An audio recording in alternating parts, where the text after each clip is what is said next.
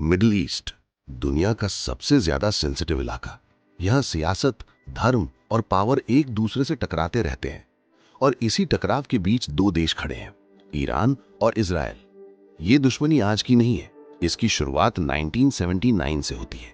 1979 में ईरान में Islamic revolution हुआ, नई इस्लामिक गवर्नमेंट सत्ता में आई। उस दिन के बाद ईरान ने इजराइल को ऑफिशियली रिकॉग्नाइज करना बंद कर दिया। तब से दोनों देशों के बीच आइडियोलॉजिकल और पॉलिटिकल टेंशन बना रहा। इजराइल को लगता है कि ईरान उसके लिए सबसे बड़ा सिक्योरिटी थ्रेट बन सकता है। ईरान का कहना है कि इजराइल मिडिल ईस्ट में इंस्टेबिलिटी का कारण है। इस टेंशन का सबसे बड़ा मुद्दा है न्यूक्लियर प्रोग्राम।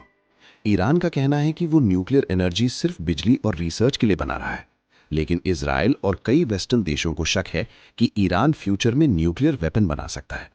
अगर ईरान न्यूक्लियर वेपन बना लेता है तो इजराइल की सिक्योरिटी डायरेक्टली खतरे में आ सकती है। 2015 में एक न्यूक्लियर डील साइन हुई थी, जिसमें ईरान ने यूरेनियम एनरिचमेंट लिमिट करने का प्रॉमिस किया। इस डील की मॉनिटरिंग इंटरनेशनल एजेंसी करती थी, लेकिन 2018 में अमेरिका डील से बाहर निकल गया। उसके बाद ईरान ने एनरिचमेंट लेवल बढ़ा दिया। यहीं से टेंशन फिर से बढ़ने लगा। सालों तक दोनों देशों के बीच डायरेक्ट वॉर नहीं हुआ, लेकिन एक शैडो वॉर चलती रही। ईरान ने लेबनान और गाजा के कुछ आर्म्ड ग्रुप्स को सपोर्ट दिया। इजराइल ने सीरिया और आसपास के इलाकों में एयर स्ट्राइक्स किए, जहां ईरान के बेसिस होने का शक था। ये इनडायरेक्ट कॉन्फ्लिक्ट था, लेकिन खतरा हमेशा बना रहा। 2024 में सिचुएशन और सीरियस हो गई। ईरान ने पहली बार डायरेक्टली इजराइल पर ड्रोन्स और मिसाइल्स लॉन्च किए। इजराइल ने भी जवाब दिया। दुनिया ने महसूस किया कि अब ये कॉन्फ्लिक्ट किसी भी वक्त फुल वॉर में बदल सकता है।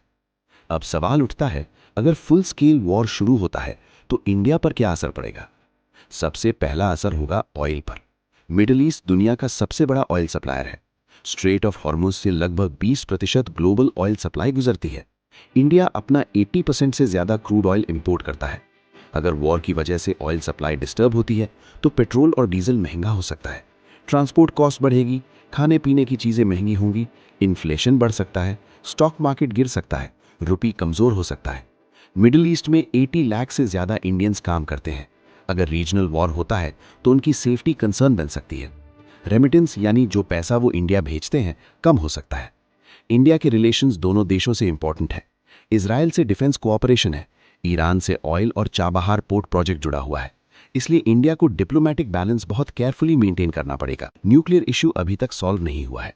एक छोटी सी गलती, एक बड़ा स्ट्राइक या कोई मिसकैलकुलेशन सिचुएशन को भयानक वॉर में बदल सकती है।